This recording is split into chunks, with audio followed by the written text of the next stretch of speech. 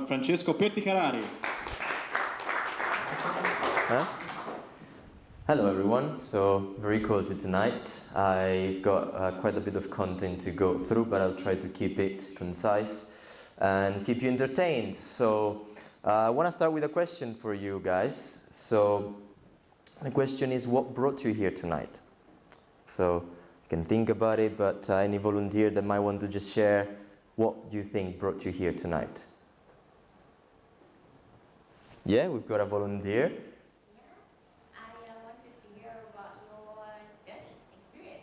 Okay, so that's, thank you very much. I hope I'll try to answer as many questions as possible during the presentation.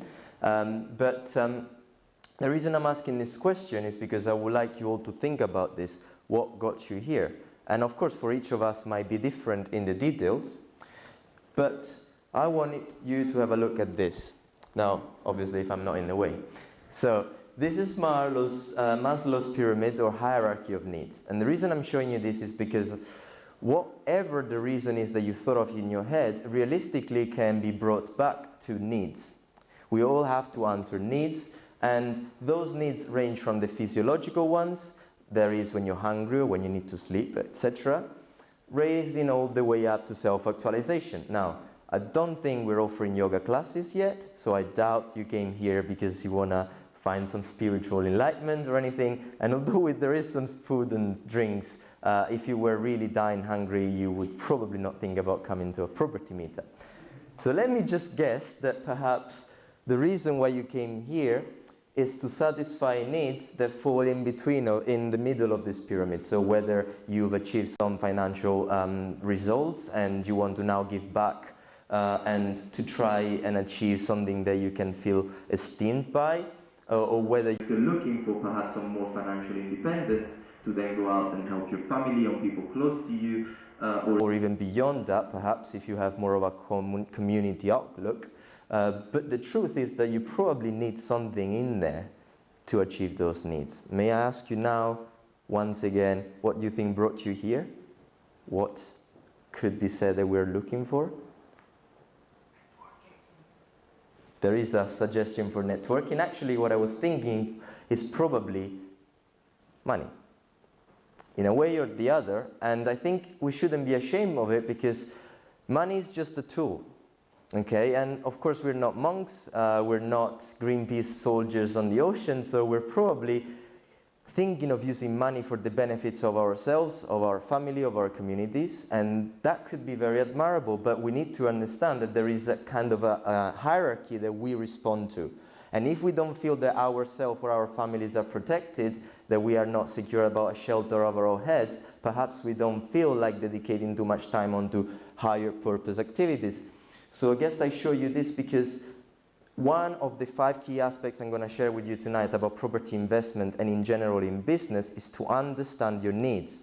Once you understand your personal needs, you can work out almost a plan of what you need to target first. So for one person, it could be, I want to be financially independent from my boss so that I can go and open my business. For some other who might be more risk prone, he don't need that level of satisfaction, and all he wants is to achieve his business dream. So he doesn't want to fire his boss. Oh, sorry, he wants to fire his boss, but he doesn't need an income to do that. He just jumps in, opens a company and says, let's see what happens. But it's very important that you get in touch with those needs because once you know them, you can start to plan for it. I'm just going to show you this picture. Now, we all know the movie probably, but the movie is not what I want you to focus about. What I want you to focus about is the vision. Now, the vision is, if you want to be up there, if you think that achieving money, you could use that money in a better way than, say, the Wolf of Wall Street, and you could use it actually for the better of yourself, your family, and so forth, therefore having a business makes sense for you, you can then look at that as an end goal, but then you can start to break it up so that you can start to tackle the needs that would tick for you. And so that you can start to work out a plan of goals that you can set yourself so that you can say to yourself, if I achieve this within the next 2 years, then I'll be able to climb up there. And before that, you can say, to get to that 2 years goal, I need to achieve something that is maybe a year plan, and then even closer, 6 months, 2 months, and so forth, until you get to a point where you can say, if I do this, if I achieve this, then my business can take the next step, and then the next step. But to create a business that satisfies your needs, there is another part of the equation that I would like to ask you. What do you think it is? What would you need to consider? Any attempt? Any guess? Finance. Anna says finance. Actually, it's someone else's. Especially in property, because I think that many people don't look at property as a business, especially in the boom, everyone was just buying a property thinking it's going to go up in value, it's a great investment. No one really thought about customers, but really property is about customers. We're seeing the effect of this in London, where some developers created this idea of luxury flats, and then other developers started to copy that, and then restrictions came in, and then the market was not there anymore, so new developers built towers in the South Bank that nobody wants. There is no customers. The flat is beautiful, no one wants it. And that happens a lot, and I think that now with Brexit and everything, it shouldn't be something we're scared of necessarily, but it should be something we're mindful of. We should be worried about what do we want to do with the property. Okay? And that works for any business, but it should work in property too. Do we want to rent this property out, and if yes, to which tenant? Do we want to sell this property, and if yes, who is going to buy it? What price range? What needs do they have? Do they have a car? Do they cycle? Do they need public transports nearby? When you work all these questions out, you can then go on to the third key aspect of having a business, and therefore property investment, which is developing a business model. Now, developing a business model is something that they don't really talk about in all of the property meetings and experts that we had in this room and other rooms, and they more focus on property strategies and property-specific things. But actually having a business model when you look at property could be something that makes the difference between your investment and someone else's investment, so that it gives you a head start onto property and then makes you basically having an advantage onto your competitors. And a business model could start with something like a business canvas, which is very used in startups, but again, not very used in the property business. I would advise you all to get familiar with drawings like this, because actually something that normally is not associated with property can give you an incredible advantage. And now I'm going to show you a case study of how that worked for me. I thought that in Southeast London, young professionals that like to co-work, perhaps and want to share and co-live, were not being catered by a good market. There are rooms to let, and they can kind of join into other existing property community. You know, if someone has already rented a property and someone is moving out, but there isn't a lot of offer for people that perhaps work in the London Bridge area and need to commute there and are happy to share a room for maybe 6 months, a year, 2 years, that had everything done. Easy move in, easy move out. Very quick, very low cost to move in and move out, and perhaps a higher rent but also higher standards. To basically cater for those needs, I thought about all of these things that I said. I thought about what millennials, for example, would like to do when they go out, maybe having a coffee shop environment around them to work with a laptop. So in my dreams, and this is a real study, this is a real house that I've actually done, but this started to be in my head what would look like before I even built this. So these are actual pictures, but when I started to think about it as a business model, I was just thinking about what it would look like and what it would be like. And you can probably see there no deposit. Now that is in tune with what I said. I want to cater for people that finish university perhaps, probably have a guarantor or have a really good job, but they just don't want to throw in £2,000 just to get a room. They want to just get the room. So no deposit. And then I needed obviously partners to achieve that, to build that house. And partners could be, for example, an agent or a landlord, someone that would give me a house to sell or for a period of time. That's not actually important. All that matters is that I've got a house, and then I would need Bob. Bob is obviously a builder, and Bob would take care of maintenance. take over maintenance, and also create the bespoke solution that I need to cater this product. And then I would need angels or investors. Now, whether that investor is myself or whether the investor is someone else, I would always advise people in property to think of deals as deals that stack up regardless of your own efforts and your own money. Have you ever thought why developers don't all become millionaires property investors? My guess is that they are the people that usually outbid anyone at the auction because they think, I can do this, I can do that, I'll just do it myself. Cut costs, do it myself. They think they need no one, and what they end up with is a property that probably looks like something that people would have bought 20 years ago because they haven't asked an interior designer. It's probably something that they paid over the top, and they don't count their time as an expense. And in the end, it just slows them down. So that maybe in a lifetime, they put together 5 properties. Maybe if that property, they look at it, oh, I made 100 grand. Yeah, really?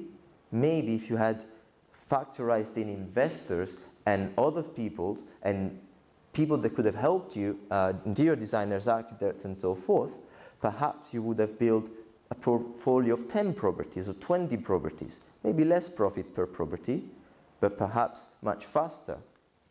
And so it's important to look at these fundamentals, and then I would say that I had to think about details such as key activities, you need to let out the rooms, key resources. I need to have obviously a system in place to reference the tenants, book them in, etc. All of the things that I had to think before I actually went and did the property.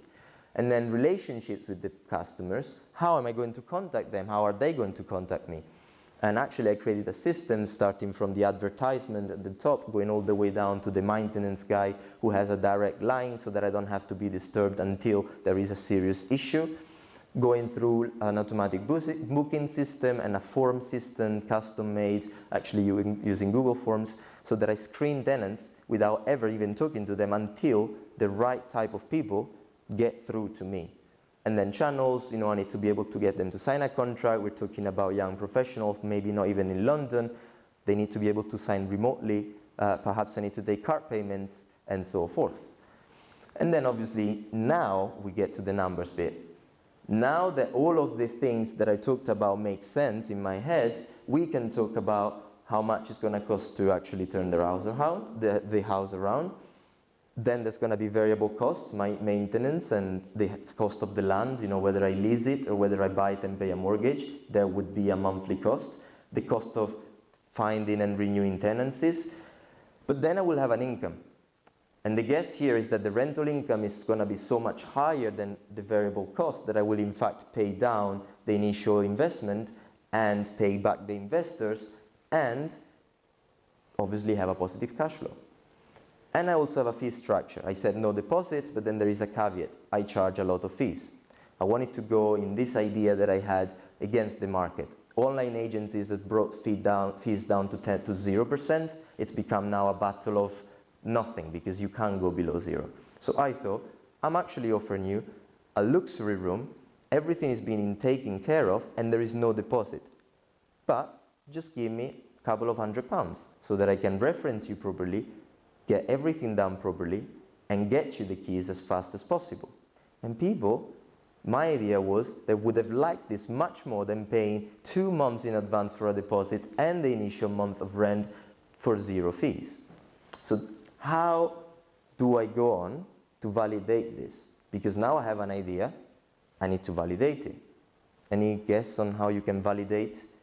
Just you're into startups, so you probably know something about validating a business model. Put it on spare rooms, I suppose?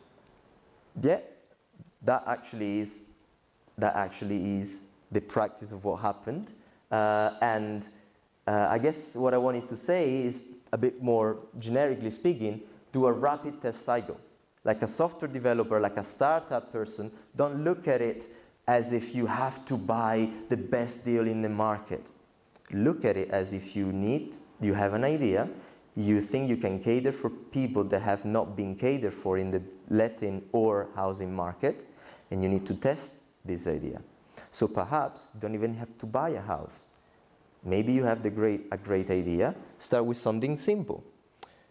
Build something quickly, something that you can let out quickly or set quickly. And if you can't buy or build it, try to advertise, even if it's not built yet. Speak to agents, but maybe speak to agents as a buyer.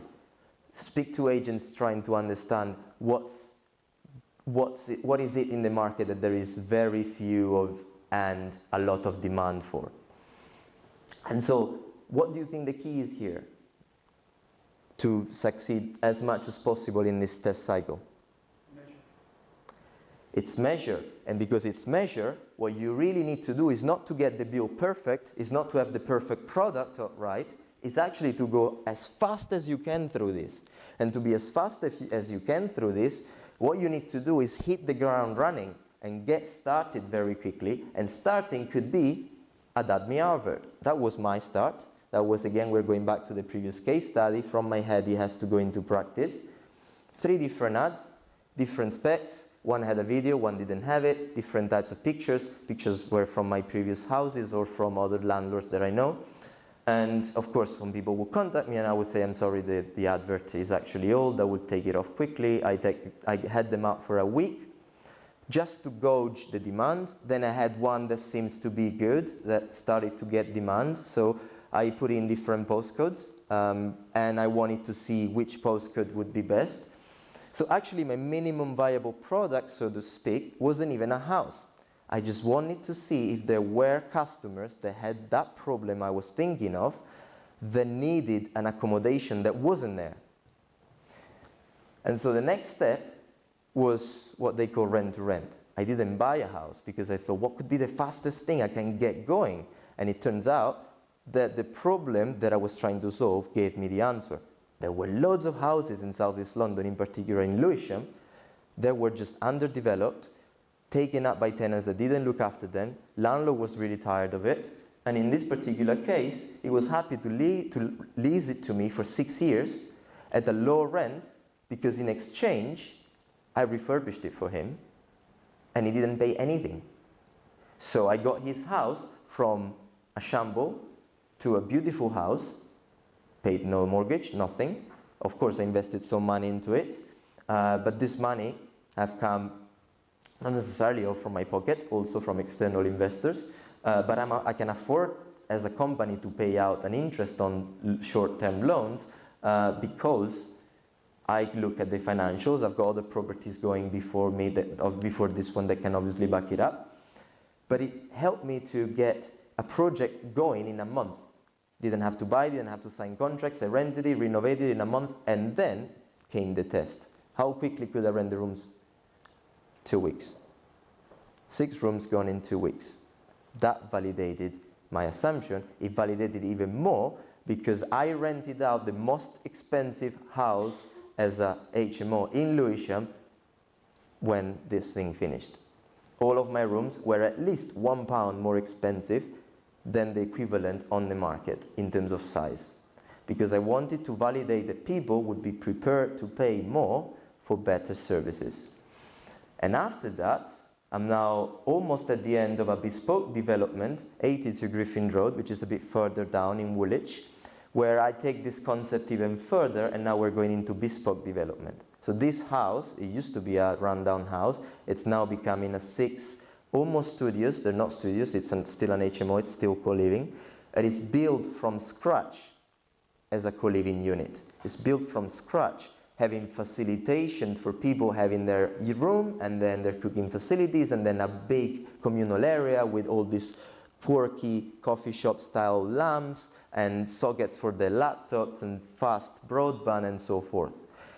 And the confidence of showing this to lenders, so that actually I got one lender, Interbay, that lent to me based on, or is lending to me based on the GDV, and is only going to finalize giving me the money after I complete. So I exchanged, I'm building, nearly built, and the mortgage is going to be signed off and paid at completion, but we pre-agree a figure based on my experience, based on the figures I showed, based on all of the things that I could prove, because I have a serious idea and I could validate it in case studies and send them spreadsheets and numbers and comparables. What's the missing piece? There is one last element I want to talk to you about tonight, and I want to see if you can guess it. Knowledge. Experience, knowledge. The truth is that I was kind of spoiled of choices for this one. But I chose one that for me is something that a lot of times in property people don't consider. And because we're all kind of sold the dream that the property is freedom of never doing anything and having money coming into your pocket. And of course that's not the case, especially if you want to be serious and grow as a developer. What you need is work your ass off. I mean, it is as simple as that, in the sense that you have to be mindful of everything that came before, but nothing is going to come for free. Although, when it does come and you've done your fundamentals right, it's going to come 10 times better than what you ever expected. And so for that, I just I just came out. Let me get back into it. And so with that, I just want to share very quickly what happened to me in the last 6 years. In fact, I'm not going to talk much. I'm just going to show you pictures. So the pictures are, they were supposed to be there and they're not there. But all of these pictures are just made, they should have come kind of in order, but I'm just going to go through them anyway. Let's improvise. I came here, found a job as a fruit and veg worker, like unloading packs of fruit. The guy didn't pay me, so I started my own fruit and veg delivery business. Didn't really like that, so I managed to sell that, and then I finally went to university to study computer science, which is what I wanted to do. But obviously I had to pay for my bills, so I started very early on to win competitions and run for competitions for hackathons, like they call them in the industry, to try and get freelance work and work in software development. As I was also learning more of software development, I was also doing some other part-time stuff. Then finally the property thing clicked, and I started to, and I've had, actually first I had a pretty dark moment where I wasn't too sure what I wanted to do. And finally, when I realized that actually the key element was just to work my ass off, then I started to really hit the ground. Then I still managed to pull back university and get a first in the end, even though I almost missed out on that. Even if I realized that university was only going to lead me into corporate, and that was not what I wanted to do. Started to refurbish the first properties, kept learning on business, and realized that actually there is so much more connection between property and business than what people usually think of. And so I guess if there is one thing you take away tonight, is these 5 elements should really just be a message to you as, think of this as a business, and once you do realize that this is a business, start to look at your customers, understand your needs, so that you know what you need to cater for yourself to be comfortable with that business, and then just go, hit the ground, try, test. Don't maybe go out for the biggest thing ever, start perhaps small. But test an idea, use that as your playground, and then grow bigger and bigger and bigger, because lenders, funny enough, will love when you can show progression, that you can show you validated your ideas. And not only lenders will love it, but also investors will love it, and yourself will love it, because you will feel more confident, because you're not just trying to hit something out of thin air, worrying, oh, is Brexit going to affect me? Is this going to affect me? Well, if you've done your fundamentals, no, it shouldn't affect you, because you're trying to deliver something that people out there want, and you should know that before you even start. So I guess that's my message. Knowledge, look at it as a business, understand what you need, understand what your customers need, and then just go for it. Work as hard as it takes, and you'll get there. Thank you very much for listening. That's my email. If anyone wants to invest with us on future projects, just email me saying investor. And if you want to work with us on the renting, since that was so good, as well as going on to bigger projects, now I'm actually thinking that we should help Lewisham and the surrounding areas getting more landlords on site. And if you want to learn the strategy instead of going to courses, well, if you want, just come with me. Perhaps you'll make some money. I can actually take you out, show you how to do it. And if you help me get more properties on, I can pay you for it. And you can walk away with more of the knowledge of actually doing it yourself and then go and apply in your area. Thank you again, and that's all from me.